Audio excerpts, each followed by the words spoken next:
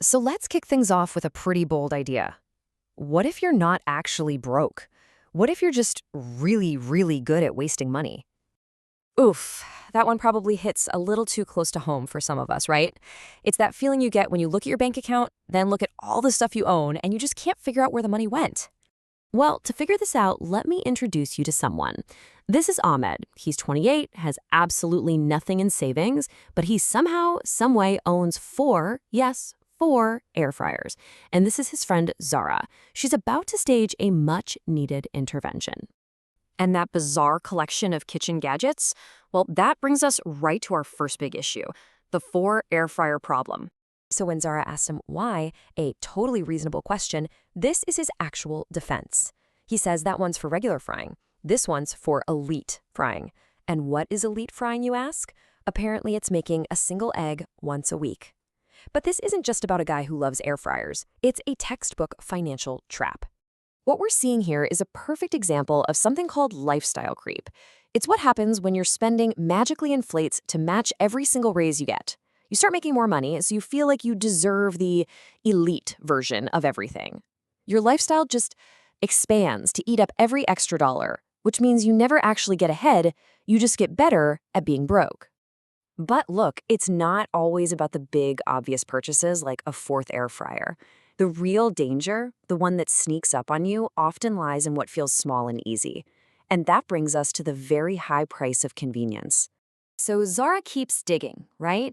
And she finds what we'll call the subscription sinkhole. Ahmed is paying $60 a month for a whole bunch of streaming services that he proudly admits he mostly uses to just watch the loading screens. And this behavior, it's got a name too. We call it paying for convenience. Think about it. It's all those tiny daily shortcuts, the delivery fees, the premium features on an app, the subscriptions you totally forgot about. They all seem so harmless on their own, but together they bleed you dry. And the cost is just staggering. Seriously, when you actually add it all up, these little invisible expenses can suck anywhere from $4,000 to $6,000 from your income every single year. I mean, that's money that could have paid off debt, built up an emergency fund, or, bought something that actually matters. And oh boy, Ahmed is an absolute pro at this. He gets artisan tap water delivered to his door, which is just tap water but in a fancy bottle. He's even got a monthly sock subscription. He is constantly trading real money for these tiny, fleeting moments of comfort. And this is the moment Zara finally snaps.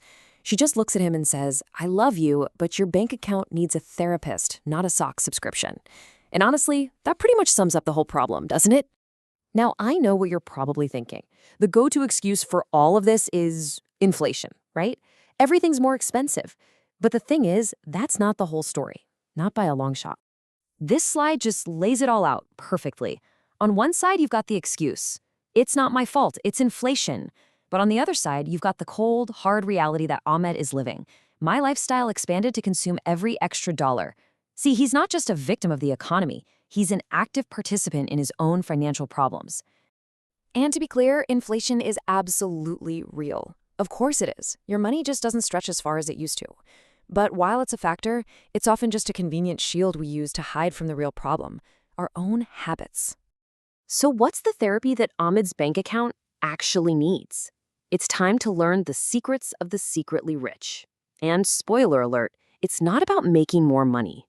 It's about thinking in a completely different way. The whole solution is about building habits that actually grow your wealth. First up, start measuring purchases in hours of your life, not dollars.